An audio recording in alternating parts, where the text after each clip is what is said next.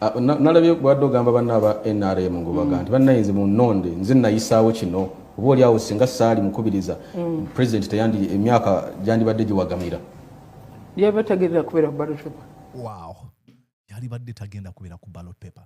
The arrogance, the entitlement of Kadaga. Now you see what you did? The embarrassment that you're receiving from Museveni is your own making. There was a mega opportunity presented to you to preside over a conversation that was going to end the Museveni dictatorship. And here you admit, okay? Singa kati asiba migugu. But do you wake up sometimes and feel, you know what, this is too much for me? Do you get, wake up sometimes and say, this is too much for me? This is too much. This is too much. You don't feel appreciated enough. You don't feel appreciated enough. These are questions. It doesn't matter because I'm not working for. I'm working for myself. I'm not. It doesn't matter because I'm not working for. I'm working for myself. He serves his own interests, not Uganda. Working for other people. I'm not working for other people. I'm working for my grandchildren, for my children. I'm working for my grandchildren, for my children. That's it. Yeni olisinsikira ebintu aye eri omukulembeza mu Uganda muno yapangisa abantu be nawe be muli kwogera abafere ati mulinde mama alwabita mu mutege mu mbande There's someone who hired people and told them that, wait when Kadaga is passing here, kill him, kill her. That's what she's saying. That was the issue. Nobody was, you are wrong. Wow. Say that anybody is hunting you. You are wrong to say that anybody is hunting you. It is not correct for you to try to involve my people, the Basoga. Wow. He's trying to say, hey, do not cling on to that constituency. I am more influential than you. And when Rebecca Kadaga, one of the photos that really delude her is a photo like this one. When you sit with Museveni in the same vehicle and, he's driving, it is very easy to think that you're close to him. You're watching Mordecai Marissa Live Political Commentary. Please consider subscribing to help grow Uganda's Voices of Struggle ecosystem. Thank you. Very glad to be here on Mordecai Marissa TV. And yes, indeed, coming to life from these United States of America. Good afternoon, good morning, and good evening from wherever you're watching me from. My name is Mordecai Marissa, and you're watching Mordecai Marissa Live. Thank you so much from wherever you're watching me from. I think I had over 300 people following me in just a day. Isn't that amazing? Thank you so much, folks. Where have you been? But hey, welcome aboard. Let's go.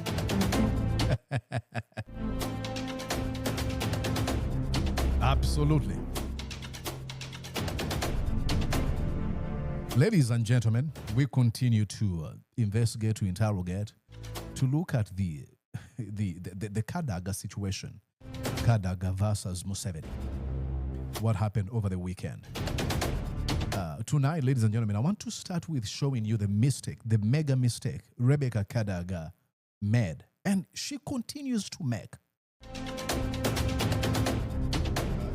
And I said this, and I think it bears repetition. Look, I don't care about who becomes the NRM's national vice chairperson between Kadaga and Anita Amon. They both want to serve the interests of one man, Yoweri Kaguta Museveni, not Uganda at all. They want to amass wealth. They want to build networks and connections of money and power. It is the desire for proximity to power. So I don't really care. But there's some sort of a collective delusion within folks who get close to Museveni.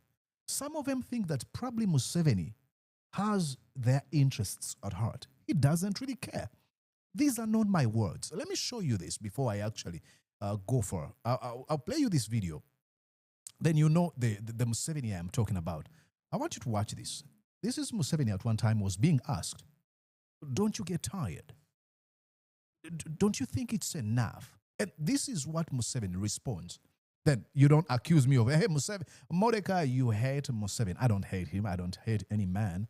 I don't like his ideologies, his policies, and the destruction is brought to Uganda. But listen to the question here. 10 years or so, it will be clear whether we can achieve this or not. Then, Okay, so you give yourself a benchmark, 10 years. yes, maybe, Listen. we shall see, but not 30 years. Definitely not 30.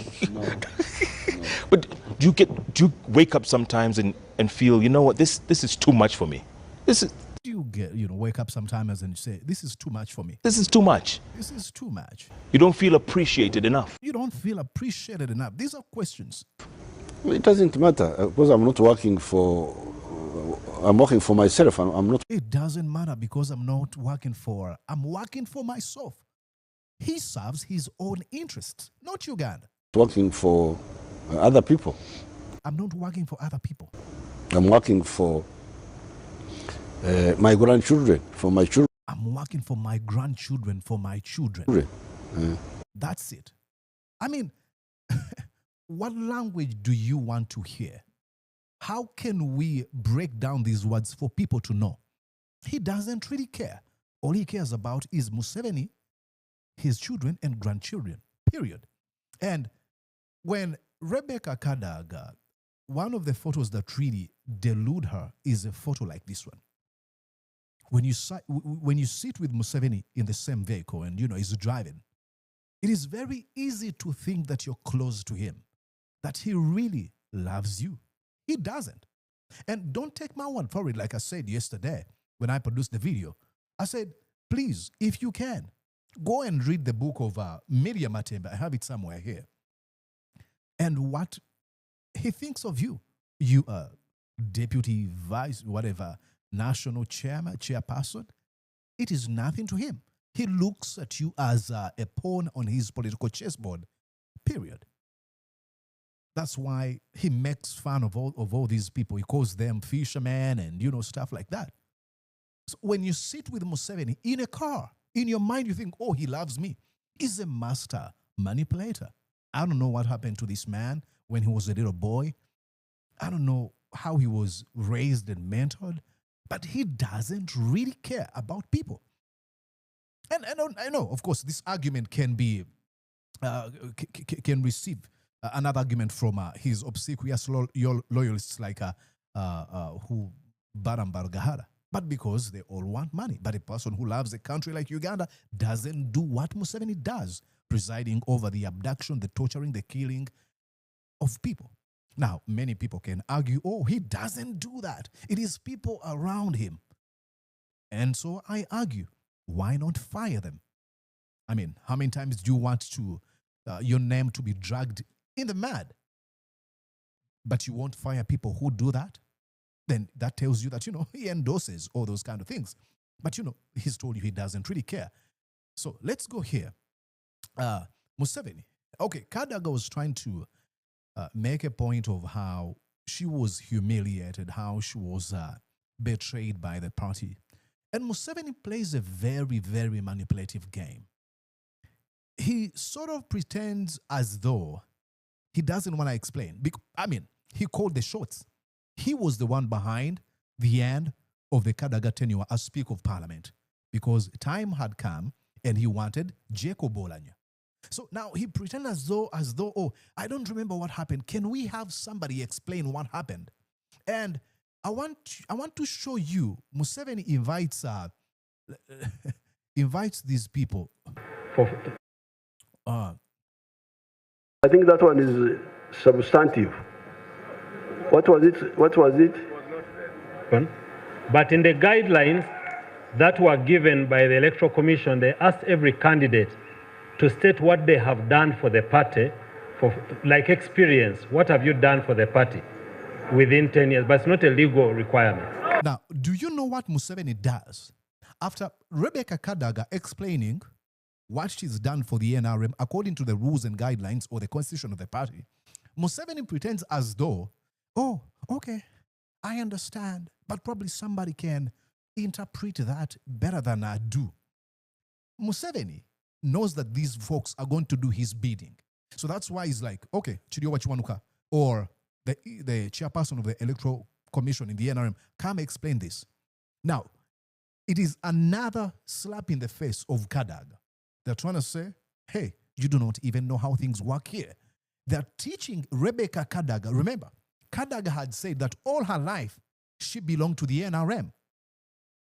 She has served one political party. She knows the constitution. She read everything she had done for the NRM and brought, quoted a few rules and guidelines within the political party. And Museveni is like, okay, you come and explain to this lady. I mean, and you have these folks who are making round of applause even when these folks who are doing Anita Mongo's bidding make a slightest point. That doesn't even make sense.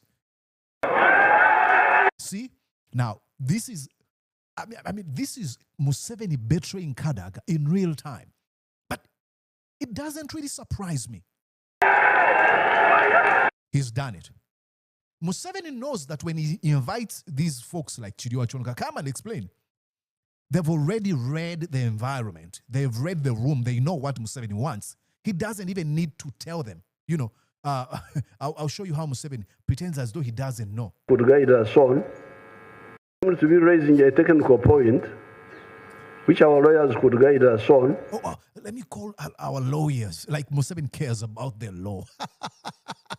He's raising a very important point, which our lawyers could guide us on. Museveni wants to be guided. He knows when he says, okay, which our lawyers will guide us on. Like, everyone knows the constitution of a political party, but hey, let lawyers come and explain to me. They understand the coded language that, hey, come, continue putting her down. And when they do that, then I'm going to show you, because Museveni went point by point. Every point Kadaga raised, Museveni went point by point, breaking it down and quashing it. Even when it came to a point where Kadaga raised an argument of her influence in Busoga, Museveni says, no, you're not as influential as you may think. Unbelievable. Which was those.